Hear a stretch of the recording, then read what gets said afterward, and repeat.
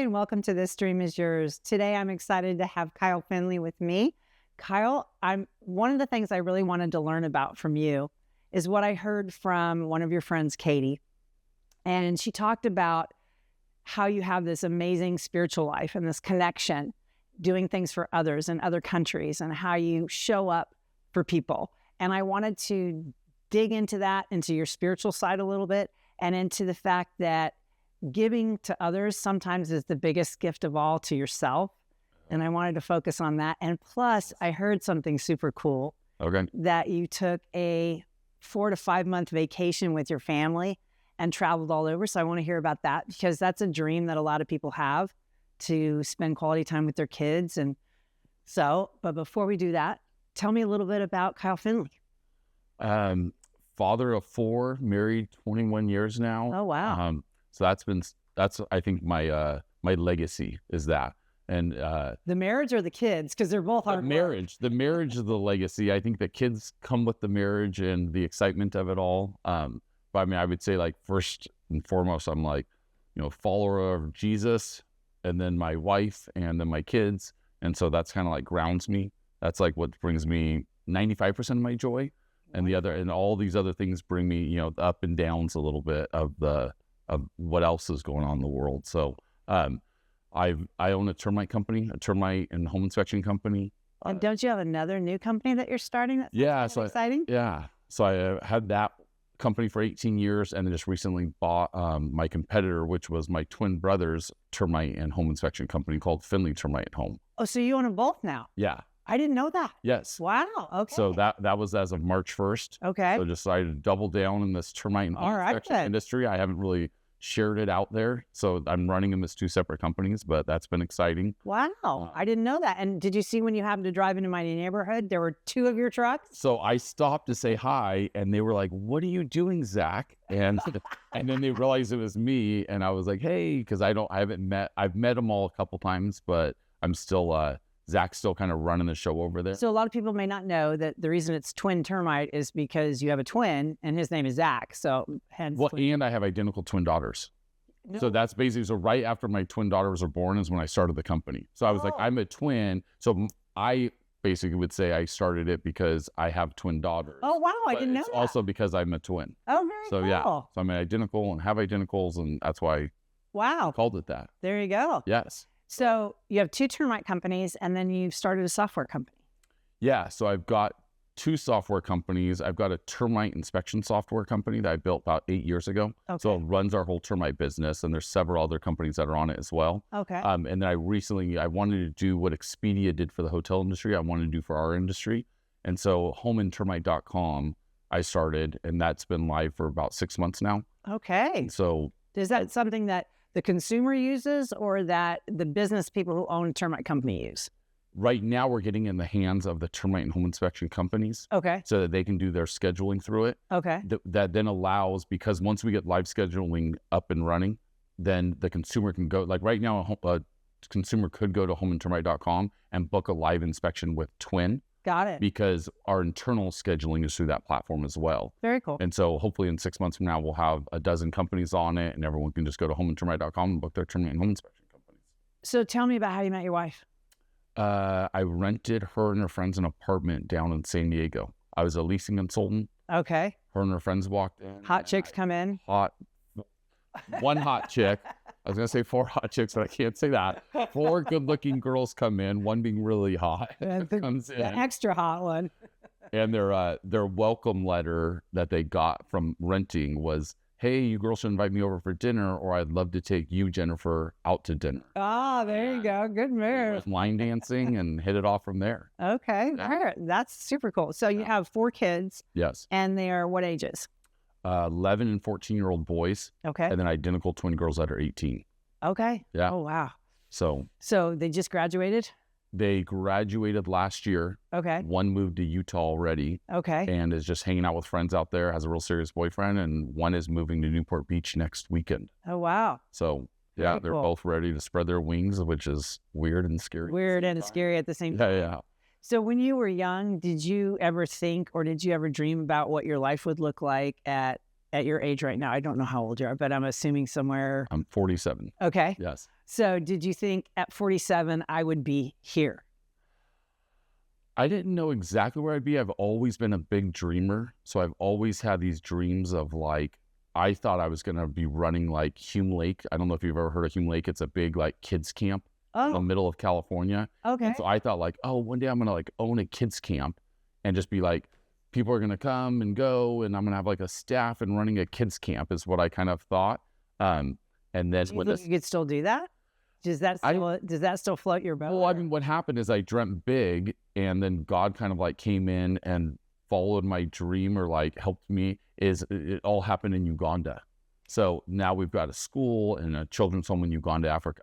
So I've been going out there. Okay, so wait, we need to dive into that a little bit because one of the things that, again, I wanted to talk to you about is your spiritual journey. Okay. Because I think that's really important when it comes to dreaming and spirituality. I think those two go together. Yeah. And a lot of times I think people start on a path and they don't realize that that path is being guided by somebody above who's looking out for you. And they don't know why people come into their lives or why things happen. And they don't understand that usually something happens so that something else can happen and get you some kind of clarity. But talk to me about what happened with Uganda and how did that come about?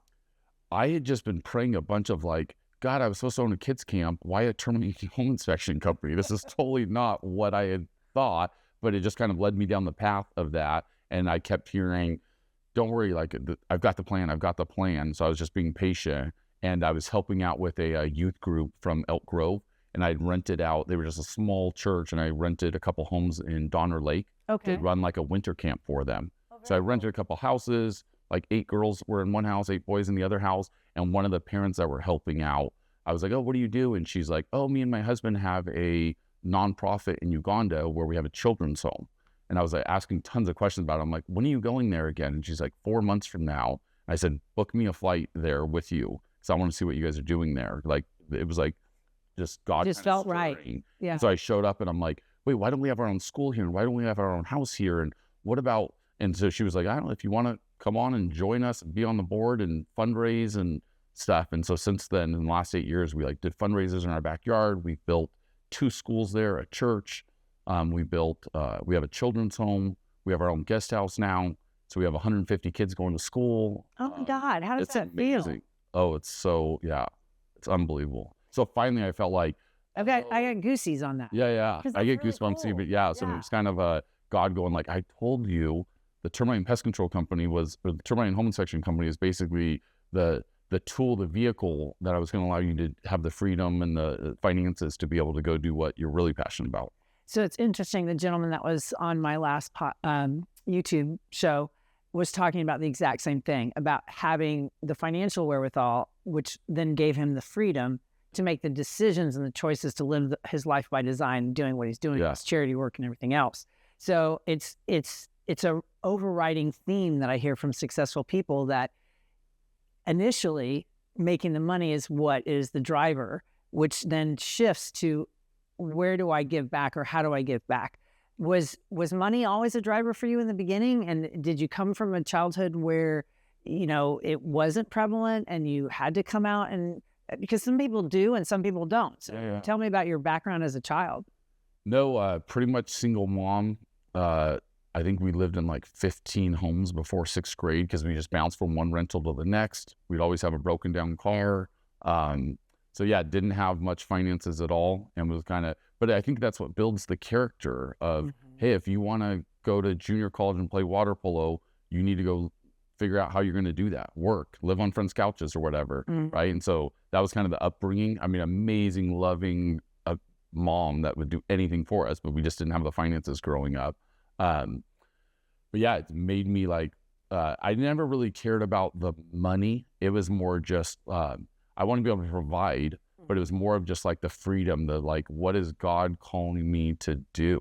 And right. And so I was like, oh, I think by the finances have allowed me to do these things. And so I care about the money in the sense of it's allowing me to do those things.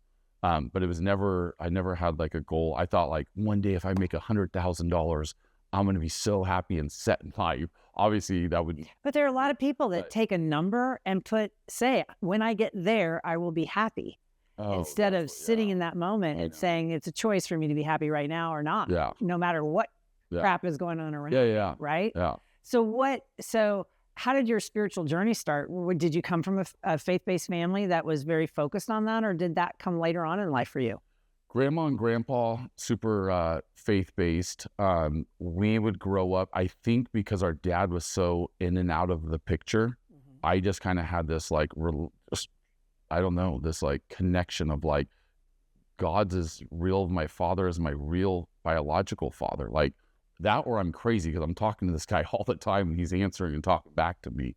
So I've just had this like, I don't know, like this connection of like, where I'm nothing like weird or just this whole like, either I'm talking to myself all day long or I'm having conversations with God, and then just to see him come through constantly, like every time I'd get in a bind or a struggle, or like, you know, whether it was starting the company. I mean, starting the company, I had $7,500 working as a termite inspector somewhere, decided to start the company when I had my twins out of my garage. 1 year later, went to my wife and I said, hey, I haven't made the house payment in 6 months. We're being foreclosed on, but don't worry, I already called your parents. We're going to go live with your parents and our kids. I have a plan. Grandma lives in the house too in Carmichael. But don't worry, babe. This is amazing stuff. And she's like, this is not amazing, right? It was probably like 8-9 years later when she was finally like, oh my gosh, like how were you so confident that whole time that this was going to work? And I'm like, why? What? How were you so confident the whole time? Because I didn't care if it worked or not. Like God had us the whole time, I guess. So I like call it, I don't want to say call it luck or whatnot, but I've been blessed with this like spirituality. I think that just God's like, I've got you. So whether I was living at the in-laws or whether we have a really nice place here in Loomis now. And so the whole time I'm like, none of it's mine anyways. It's all God's kind of given it to me all anyway. So I'm not taking it home with me. So if my family's healthy, then But don't you feel like that, just what you just said right now, none of it's mine anyways. I'm not taking it home with me.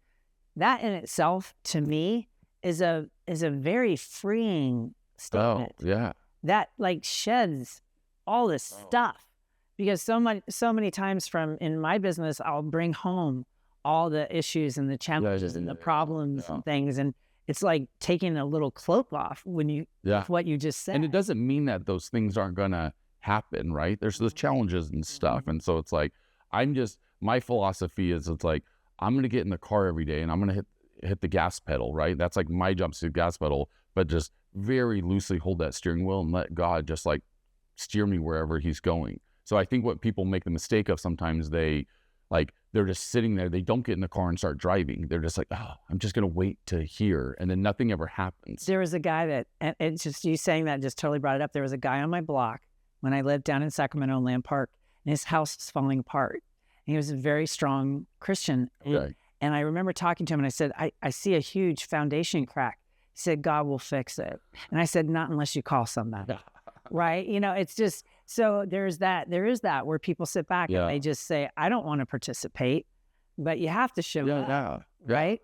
And with that, I mean, you're going to you have to stop and get the gas and do this and do that. And those things are going to happen. But if you have a different perspective on it, it's all like super easy. I remember when I first moved up here, I was like, I'm going to start my own termite company. I'm going to go work for a different company for a while. And so I had been a termite inspector, had managed crews at another company. But when I moved up here, they were like, all we have is a $13 an hour crew helper position. And I'm like, well, I'm just a business owner in training. Like, I can care less what position you give me. And my wife's like, really? You took a job as a crew helper there? And I'm like, well, I'm going to own my own business one day. Like, I'll take a job. I'll taking out the trash. I'm like learning how to take out the trash in my own company. Right. And so it's like, when you have that perspective, like all of that was super easy. And it all worked out. Like they made me an inspector. That's not a normal perspective, right? At least not that I see in today's youth, for example. In today's youth, you're going to see, well, I deserve a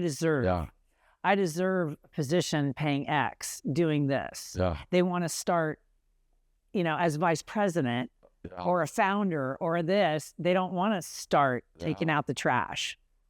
What do you think? What do you think that's about? Rich Dad, Poor Dad, or Friends and Influence Fool. You're right, exactly. They need to read some stuff. I think just the society is kind of like, I don't know, just parenting and society. It's changed so much of like, you you have to, I have so many conversations with millennials and young adults on like, well, I don't want to do that job because it's not giving me my purpose. And I'm like, the termite and home inspection specific industry isn't really giving me my purpose, but it's giving me my job and my finances and my freedom to then go do my purpose. And sometimes I feel like the millennials have that mixed up a little bit of like, that's a really good point. I have to like my job, and no, you can have your job that then allows you to go fulfill your purpose. Like, and in a perfect world, yes, if you nail it, you'll have that job that gives you both. It gives you your finances, it gives you your freedom, and it gives you all your purpose all in one spot, but it doesn't necessarily have to be all in one spot. That's really good. Yeah.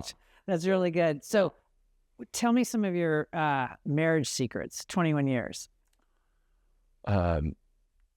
She's amazing. We overly communicate. I would say communication is huge. We're constantly, I think every time I love debates, I love little arguments because those lead to, hey, let's talk that through. Let's figure that out and stuff. Mm-hmm.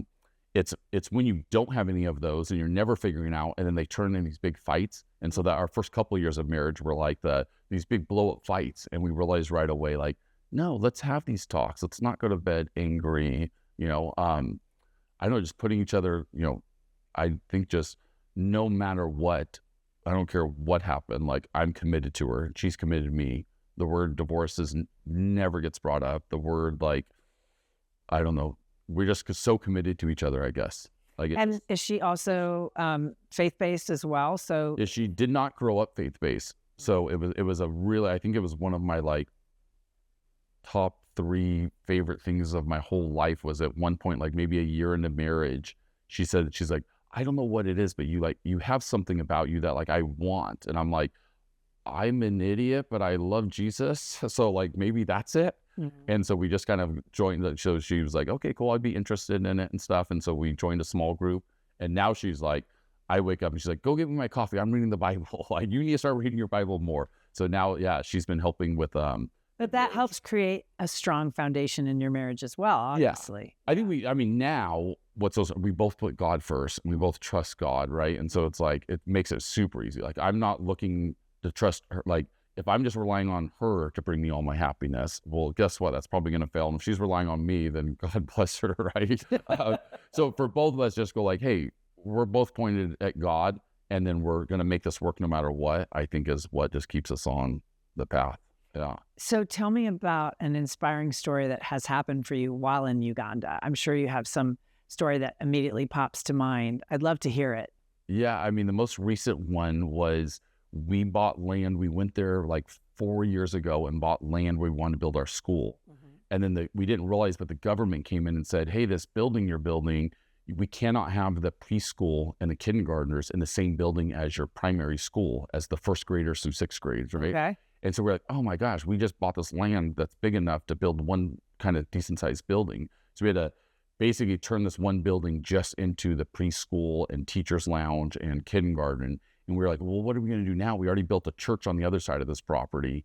And so a friend of mine that lives here in Sacramento was like, oh, I want to come out with my fiance and see the place. And so we're walking down the street and I'm like, hey, this land right here, it's like 3 acres. It's for sale. And we're like super excited. We want to come back home and do a fundraiser. And because now we need to build our primary school here. So this was 2 years ago now. And he was just like, what if I write a check right now for it? And I'm like, well, no, it's like $170,000. Like, this is, and he's like, I'm going to write you a check right now if we can buy this land. Like, let's go meet with the owner of it and stuff. And I'm like, and I'd been praying of like, oh my gosh, God, like, how are you going to come through this time? Like, each time you come through, every time we think like we can't raise enough money, we throw a fundraiser in our backyard and then this happens and that happens. And how are we going to hire the staff of the school? And then all of a sudden sponsors are like, hey, I love teachers. Can we sponsor some teachers? And so God's just been coming through on this whole thing. And especially this last time where 2 years ago, where somebody was just like, let me write you this check for this full amount. I thought it was going to be another 2 years of fundraising. And I don't like fundraising. Yeah. I don't think anybody likes fundraising. No, asking your friends for money. And so it was just kind of like, and the guy's not a Christian. He's not a believer. I mean, it was just like, he's like, yeah. Like, yeah. But it was kind of like hear from God of like, that's what he wanted to do. And it was just unbelievable. Yeah. That's a fantastic Yeah. story. So what is it that you want your kids to take away from you? Like, let's say, like we talked about, we're not on this earth for long. We don't have a lot of time, and you're choosing to live your life the way that you are. Is there anything in particular that you really want them to know about their dad and to really take away? Like I thought about, my sons are older. I have one that's 37. Okay. He'll be 37. I'm trying making him older than he is. He'll be 37, 4th of July. The other one's 32. Okay. And, I think about what is my legacy? How do I want them to remember me? I know it's kind of a morbid thing, but for me, it's something that I think about throughout my day. And when I start to, you should have them, or have you thought about living your life like this? When I start to do that, I pull myself back because I think this is their journey. They have to be on it. And I don't want them to remember me as the person that, was a dictator. Yeah. Or a heavy suggester, so to speak. Yeah. So what is it that you want your kids to think about you later in life? I would say like if they like find a passion and don't be afraid to fail, right? Just like, and if you fail, then you learn from that. And then which is amazing. So I like love failing sometimes, right? So it's like, I think the biggest thing would be, wow, dad really, he would go after what his dreams were. And if they worked out, amazing. And if they didn't work out, he learned from that and then just kept going after it until, right? It's like, we were in Switzerland once and we woke up and there was this Ironman event. Ironman is this big triathlon thing. Yep. So I told my wife, I'm like, I turn 40 next year. I want to do an Ironman. And so now I've done 11 of these events. Oh my gosh. 7 years. So I'm just like, and it hurt and I failed several times and stuff, but it was just like, just do that. Like, hey, if someone comes across and you get this tingling feeling of like, they're going to Uganda. I know nothing about it. I'm actually scared crapless of going to this country that I've never even heard of, but just say yes and go and learn and figure it out. Like, I don't know, that would be my number one thing that I'd want my kids to like, and that's be inspired and push themselves and find what they're passionate about and not be afraid to fail. So it's funny. I was just in Austin at a Gary Keller mastermind, and one of the subjects that came up was fear. Okay. And everybody in the room, there's top agents from across the country. And Gary Keller said, what's your fear? Like, what's stopping you? What fears do you have? Is it fear of failure? And so everybody was talking about that. And mine was different. I'm like, I'm not afraid to fail. I have a fear of success. Okay. Which was weird. And it brought up all this stuff for me. But hearing you, it's because my fear of success to me in my brain meant that I was going to have to work more, which would give me less time to spend with my kids and to do the things that I want to do. So my fear is that if I am more successful, I will have less time. And I value time and quality time with my kids more than I value my job. Yeah. So that's awesome. So I'm trying to figure out, okay, how do I break my ceiling and not give that up with leverage or whatever? And as a business owner, you have now multiple companies. You were in it doing everything from garbage to inspections to now. So obviously you've leveraged yourself to be able to go to Uganda, to be able to do these other things. I think part of that secret is just, I forget which book I read, but it was just like, you don't want to be the smartest person in the room. So I'm constantly just like, hey, I'm really good at connecting people. I've got that skill, but otherwise, like, I like being the dumbest person in the room. And a lot of times I am. And it's a huge blessing, right? Like, I look around, I'm like, wow, that person's great there. That person's great there. How about I remember reading Henry Ford's biography, and they had like something about where you just like, at a push of a button, why would I need to be able to answer that? Because at a push a button on my desk, I can get somebody running into my office and give me the exact answer of how that engine works. And I remember reading that going like, oh, like, I just want to surround myself with people, right? Like, I don't need to know all this stuff. And so. But that makes a successful businessman, because when you think you're the smartest person in the room, you don't do that. And that stifles growth, stifles your dreams, like of the future that you've accomplished in Uganda and everything else. So what's the next big thing for you? What's the big hairy dream that's kind of been percolating around in the back of your head? I'm taking a group of 10 young adults to Uganda in July, so that's going to be super, super exciting. We're going to run like we're planning some youth conference out there, so that's awesome. I think the biggest next step for me is this homeandtermite.com that I was talking about, just like how that can get me to be able to be, because the service business, you kind of got to be around to make that work. But, the Expedia of the home and termite industry. While you're sleeping. I can be in Europe or I can be in Africa. So a lot of times, like I like to do these trips. I just took a trip for 6 months with the family. I took all the kids out of school in June and took off for 6 months and came home December 11th this last year. How was that for them? It was amazing. We did gorilla trekking. We horseback rode with like chasing zebras down in safari parks. We like whitewater rafted the Nile River. Oh my gosh! Yeah, sounds amazing. Everything. Can I be your kid? It's the only thing that was like outside the box that was different. I was like, my daughter's 18th birthday, my twin daughter's was August 20th. So I'm like, what's going on August 20th? And it's Taylor Swift's last show is at Wembley Stadium in London, England. We're flying over there, so we flew over there, and we were at Taylor Swift on their 18th Very birthday. cool. Dad of the Year award. So yeah, so we just did a blast. Like we had so much fun. So I want to be able to do that and still be able to like be connected to my business. And the service industry, I can't be as connected with it, but something that's like on an online software platform, I'll be able to be still connected with it. And most meetings, like our developer lives in North Carolina. Yeah. I've never met the guy face to face. Like I want to be able to run a business like that. So I'm super excited for that. Well, and you have the best connection of all in your connection with Jesus. So that's awesome. Yeah. And I think it sounds like it's been guiding you in all the right directions. Yeah. And if not, then it circles back and sends you in the right path. Yeah. So this was awesome. Thank you so much for being here. This was a great interview. I really appreciate it. Awesome. Thank you. Nice meeting you. You too. Yes. I don't know what comes next.